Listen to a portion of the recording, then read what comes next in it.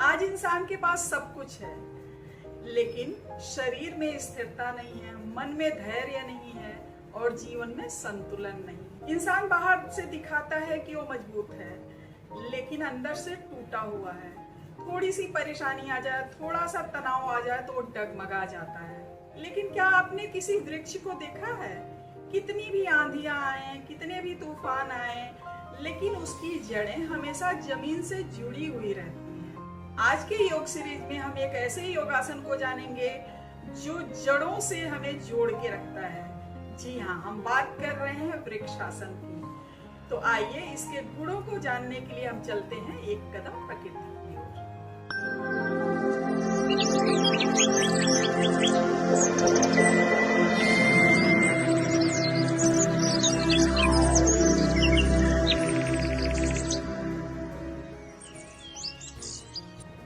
नमस्कार, मैं हूं डॉक्टर उषा और आपका स्वागत करती हूं हमारे विशेष योग श्रृंखला में। आज की योग श्रृंखला डे 9 में हम सीखेंगे वृक्षासन को। यह सिर्फ एक योगाभ्यास नहीं है, बल्कि हमारे मन को स्थिर करने का एक साधना है।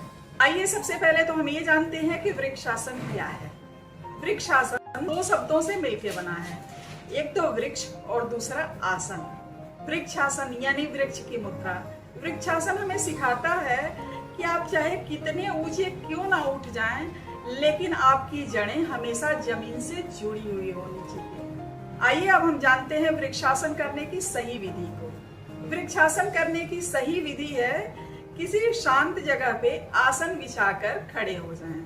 रीढ़ की हड्डी सीधी रखें, गर्दन सीधा रखें, अपने चेहरे पे हल्की सी मुस्कान रखें और अपने एक पैर को धीरे से उठा के अपनी थाई पे टच कराएं।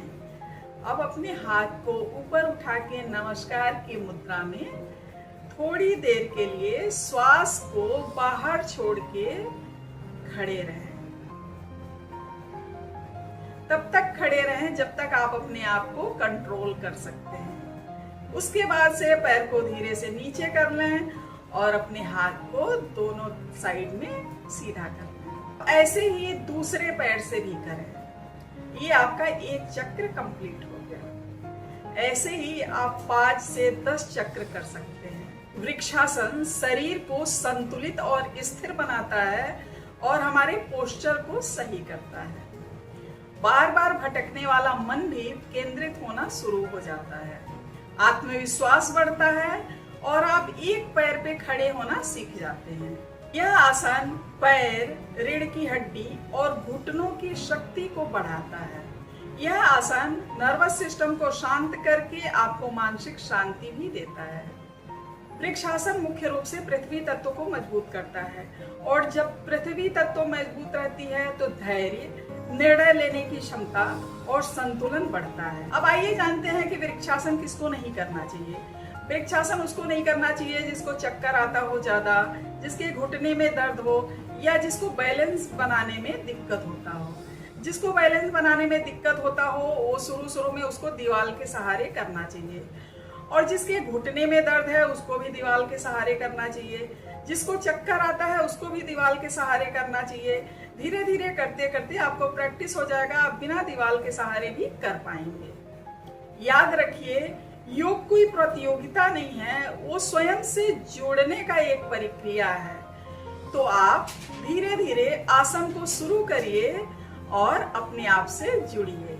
अगर आप जीवन में ऊंचा उठना चाहते हैं तो वृक्ष की तरह बनिए, जिसकी जड़ें जमीन में और शाखाएं आसमान में हो और व्यक्तित्व तो इतना मजबूत कि कोई भी परिस्थिति आ जाए लेकिन आपको हिला ना पाए। योग केवल मनुष्य को नहीं बदलता है, बल्कि मनुष्य के पूरे जीवन को बदल देता है। हमें हर आसनों से कुछ ना कुछ सीखने को मिलता है। तो आज के वीडियो में हमने जाना कि वृक्षासन करने का सही तरीका क्या है, वृक्षासन करने के वैज्ञानिक लाभ क्या हैं। अब हम मिलेंगे कल के वीडियो में। तब तक के लिए इस वीडियो को लाइक करें, शेयर करें।